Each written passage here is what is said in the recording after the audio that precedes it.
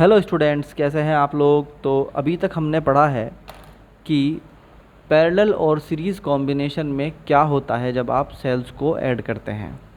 बहुत सिंपल से दो फार्मूले थे और फाइनली हमें निकालनी थी करंट।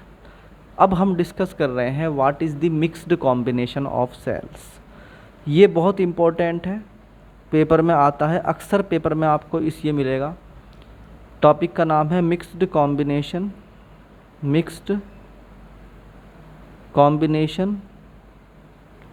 Of sales.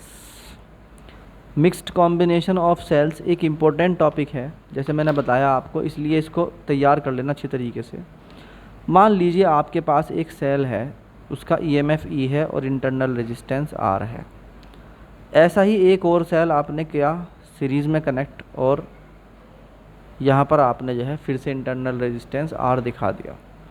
इस तरह के आपके पास टोटल n सेल्स हैं जो आपने कनेक्ट कर दिए सीरीज़ में ईएमएफ ई और इंटरनल रेजिस्टेंस आर के साथ। फिर क्या हुआ, आपने ऐसी ही एक और रो ली, उसका इंटरनल रेजिस्टेंस एक ही ऐसा ही, मतलब बिल्कुल ऊपर वाला ही सेम टू सेम आपने क्या करा, डायग्राम बना दिया, यही रो बना दी, और इसके अंदर आपने ऐसे ही n सेल्स कनेक्ट कर दिए, ई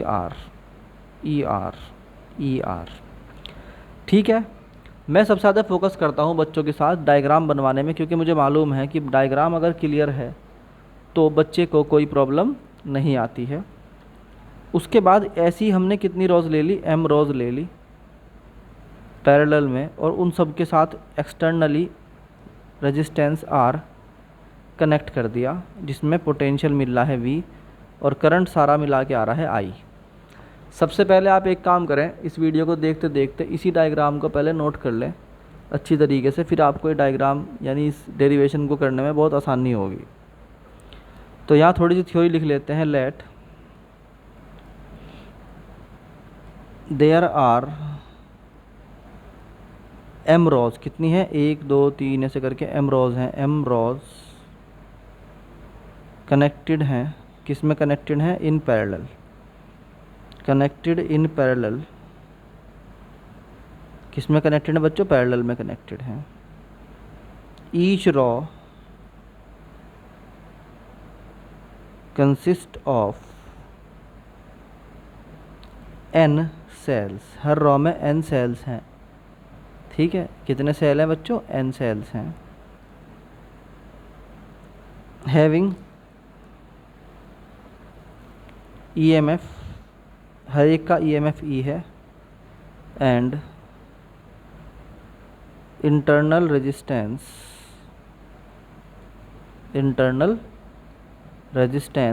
जो है वो कितना है, R है। ठीक है, अब क्या कर किया हमने, इसमें एक एक्सटर्नल रेजिस्टेंस R जोड़ दिया विद पोटेंशियल V, जिसका पोटेंशियल V है, यानी इन सब का मिलकर टर्मिनल पोटेंशियल V बन रहा है। तो हम कहते हैं an external resistance R is connected in या विद दिस कॉम्बिनेशन। आया बच्चों समझ में। तो अब शुरू करते हैं इस डेरिवेशन को। यहाँ से मान लीजिए आप सिर्फ एक रो के ऊपर ध्यान करो, यहाँ से यहाँ तक की सीरीज़ में है, सीरीज़ में ईएमएफ जुड़ता है, तो हम कहते हैं net EMF of one row is equal to कितना हो जाएगा, एन ई, क्योंकि एक का अगर ई है तो n का कितना होगा, एन ई, यानी e प्लस ई, अगर 10 है तो 10e, 5 है तो 5e, इस तरह n है तो n e। तो net EMF of all rows कितना होगा, सारी रॉज का मिला के कितना होगा, आपको मालूम है एन ई रहेगा, क्योंकि अगर एक रॉ का एन ई है तो पैरेलल में सबको बराबर का ईएमएफ मिलता है, यानी जो पैरेलल कॉम्बिनेशन है उसके अंदर ईएमएफ या पोटेंशियल चेंज नहीं होते, इसलिए जो एक रॉ का है वही सबका है। इस ये बात समझ में आई। तो टोटल पोटेंशियल जो हमें मिल रहा है यहाँ से यहाँ तक ईएमएफ, वो मिल रहा है कितना, एन ई। इस बात को नोट कर लो अच्छी तरीके से, ठीक। तो ईएमएफ ई ले लिया। दूसरी चीज़, what is the internal resistance of one row. देखो इंटरनल रेजिस्टेंस भी किस में है, सीरीज़ में, और सीरीज़ का फार्मूला हमारे पास क्या होता है, r plus r plus r plus r. कितने आर हैं, एन, एन सेल्स हैं तो एन आर हैं। तो हम कह देते हैं net internal resistance of one row is equal to N R. N R कैसे हुआ, R plus R N are हो गया। अब निकालेंगे हम net internal resistance of all rows, सारी की सारी रोज़ का निकालना है, यानी कितनी रोज़ हैं, एम रोज़ हैं। कितनी रोज़ हैं, एम रोज़ हैं। तो हम कहते हैं 1/r डैश, क्योंकि पैरेलल का फार्मूला होता है 1 में और सीरीज़ का फार्मूला होता है सिंपल डायरेक्ट एल्जेब्रिकल, यानी कि यहाँ पे क्या होगा, एक एन रो एन आर, फिर दूसरा एन आर, फिर तीसरा n r and so on. कितने एन आर हो गए, एम, एम टाइम्स, क्योंकि ये m है इसलिए m टाइम्स ऐड हो गए।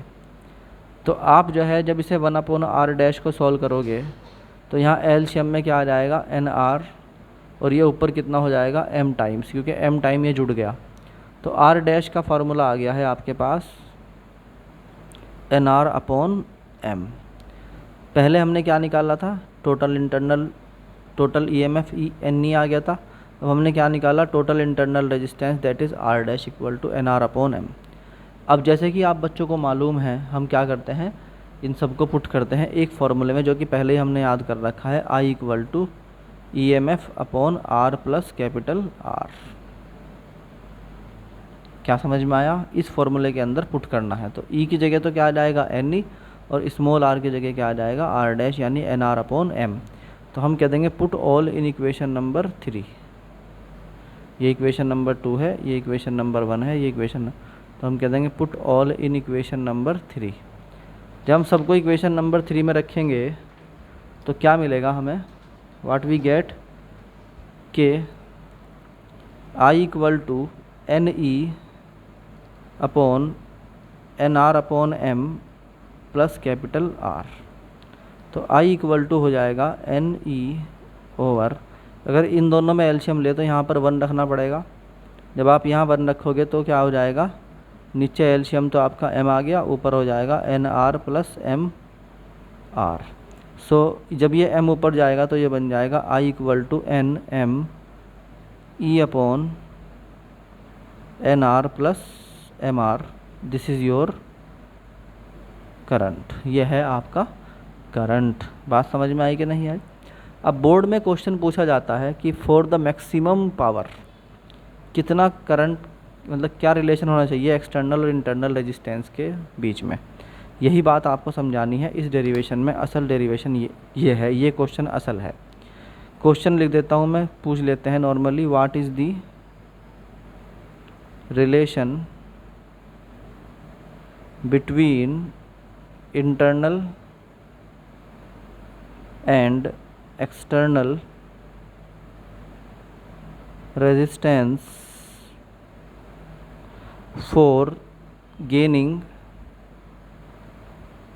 Maximum power. अब देखिए बात ध्यान से सुनो, आपके पास ये कॉम्बिनेशन था। ये कॉम्बिनेशन अगर आपने लगाया होगा, जहाँ भी लगाया होगा, क्यों लगाया होगा, क्योंकि आपको यहाँ से करंट चाहिए होगी और मैक्सिमम पावर चाहिए होगी। तो मैक्सिमम पावर के लिए पूछ रहा है इस इंटरनल रेजिस्टेंस R और इस एक्सटर्नल रेजिस्टेंस कैपिटल R में क्या रिलेशन होना चाहिए, वही रिलेशन हमें आपको समझाना है इस। अब तो अब देखिए होता क्या है, जब आप इसे कनेक्ट करते हैं तो हम कहते हैं भाई देखो हमारे पास है I equal to NME/nr plus mr। अब I जो है, I क्या होता है, पावर क्या होती है, पावर, पहले पावर समझ लो। पावर का फार्मूला होता है power equal to VI। V तो आपके पास है ही कांस्टेंट, अगर आपके पास I क्या हो जाए, मैक्सिमम हो जाए, तो आपके पास पावर भी क्या हो जाएगा, मैक्सिमम हो जाएगा। यही बात हम यहाँ लिख देते हैं, इफ़, इस क्वेश्चन को सॉल्व करने में, टू गेट मैक्सिमम पावर, अगर चाहिए क्या, मैक्सिमम पावर, ठीक है ना, ये current should be maximum, current should be maximum, current को मैक्सिमम होना पड़ेगा। और अगर करंट को मैक्सिमम करना है तो डिनोमिनेटर ऑफ द करंट, यानी कि ये है ना, आई के फॉर्मूले में दो चीज़ें हैं, न्यूमरेटर में है एन एम ई और डिनोमिनेटर में है n r plus m r. It should be minimise, it should be minimise. अगर किसी भी चीज़ का डिनोमिनेटर क्या है, अगर किसी भी एक्सप्रेशन में डिनोमिनेटर मिनिमाइज है तो ओवरऑल एक्सप्रेशन मैक्सिमाइज है।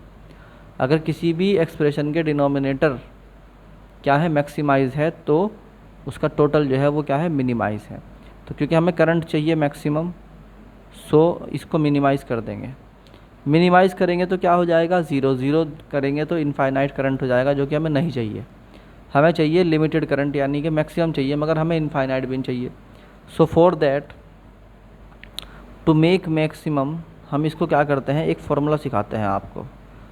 a प्लस बी का होल स्क्वायर इक्वल होता है a माइनस बी का होल स्क्वायर प्लस 4ab। इस फॉर्मूले को पहले याद करो, अच्छी तरीके से याद करो। इसमें a की जगह इस वाली एक्सप्रेशन को रख दो, यानी कि एन आर प्लस अगर मैं एम आर कर देता हूँ और उसका होल स्क्वायर, तो वो किसके बराबर हो जाएगा, it will be equal to N r minus के एम आर का होल स्क्वायर प्लस के 4 n r into m r. मैंने इसी फॉर्मूले में इसको रख दिया। इसका मतलब मैंने n r plus m r के दो टुकड़े कर दिए, एक ये वाला टुकड़ा और एक ये वाला टुकड़ा।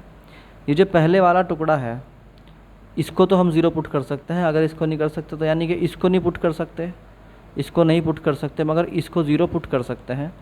यानी अगर पूरा नहीं तो एक टुकड़ा ही सही मिनिमाइज़ कर दो। तो वो जो टुकड़ा मिनिमाइज़ हुआ वो कितना हुआ, n r minus m r equal to zero. इस कंडीशन में हम कह सकते हैं कि n r should be m r and r should be n r upon m. अगर कैपिटल आर यानी कि एक्सटर्नल लोड इक्वल है एन आर अपॉन एम के, तो पावर मैक्सिमम होगी। तो हम कहते हैं कि then power will be, then current will be maximum, current will be maximum and power also maximum. तो ये हमारा सेल का कॉन्सेप्ट कंप्लीट हुआ। इस वीडियो को क्लास में 3 बार कम से कम चलाना है, क्योंकि बहुत इंपॉर्टेंट क्वेश्चन है, 3 नंबर में सीधे आता है और कॉम्प्लेक्स भी है थोड़ा सा, इसलिए कम से कम 2 बार जब आप वीडियो को चलाओगे, 3 बार कम से कम चलाओगे, तो जब जाके आए वीडियो कॉन्सेप्ट, अगर एक क्लास में आपको सिर्फ ये भी समझ में आ गया तो भी बहुत है, क्योंकि मैक्सिमम चांस होते हैं इस क्वेश्चन के आने के। तो बच्चों ये था आपका mixed combination of the cells. अब हम करेंगे अगला टॉपिक, मगर मैं फिर बोल रहा हूँ कम से कम 3 से 4 बार इस कॉन्सेप्ट की प्रैक्टिस करो, कम से कम 3 बार इसको वीडियो को बार बार देखो, रिवीजन करोगे जब तक आपको याद नहीं हो जाता। और एक बात और है कि मैं बोर्ड रिलेवेंट क्वेश्चंस अपलोड करने वाला हूँ अब, और अब हम कुछ दिन तक उन्हीं की प्रॉब्लम को डिस्कस करेंगे, यानी कि बायोलॉजी, फिज़िक्स, केमिस्ट्री तीनों में। अब जो चैप्टर्स कंप्लीट होंगे, उन चैप्टर के कंप्लीट होने के बाद उनके इम्पोर्टेंट क्वेश्चंस और उनके नोट्स की कॉपी आप मुझे सेंड करेंगे कि आपने ये नोट्स उतारे कि नहीं उतारे, प्लस आपने काम किया कि नहीं किया। तो अब आपको मिलेंगे images of the important and board relevant question, theory के साथ साथ उनको भी आपको अब कॉपी में करना है। फिज़िक्स में आपका ये वाला चैप्टर कंप्लीट हो जाएगा, उसके बाद मिलेंगे। केमिस्ट्री में केमिकल काइनेटिक्स हो चुका, उसके सारे के सारे न्यूमेरिकल्स, सारे के सारे क्वेश्चन मैंने डाल दिए हैं, वो करने हैं। मतलब अभी के लिए यही है, बोर्ड के टाइम पर जब हम मॉडल वगैरह मंगाएंगे तब और ज़्यादा होंगे। और ऐसी बायोलॉजी में भी जब चैप्टर कंप्लीट हो जाएगा तो हम क्या करेंगे, चैप्टर अब जो कंप्लीट हो चुके पहले उनके इम्पोर्टेंट क्वेश्चन करेंगे। आपको उन जो रोज़ाना काम करेंगे आप उनके डाउट्स पूछने हैं, एंड आपको जो है अलग से, अच्छा उसकी अलग से कॉपी बनेगी सबकी, तो उनको अलग से नोटबुक में करना, क्योंकि सिलेबस चलता रहेगा और important question, board relevant question अलग से पोस्ट होते रहेंगे, प्रैक्टिस क्वेश्चंस। तो जो इमेजेस डलती हैं प्लीज़ उन्हें क्वेश्चंस को ज़रूर करा करो। और नोट्स अभी भी बच्चे बहुत कम हैं, जो क्लास के बच्चे नोट्स को जो है इमेजेस डाल रहे हैं, सारे बच्चे नहीं डाल रहे हैं। और याद करते रहो, बिकॉज़ मैं एग्ज़ाम लेने के लिए भी बहुत जल्दी आने वाला हूँ, तो ये काम भी होने वाला है एग्ज़ाम वाला। सो आप जो है इसको अच्छी तरीके से नोट्स को तैयार कर लीजिए, एग्ज़ाम बहुत पास में है आपके। Thank you.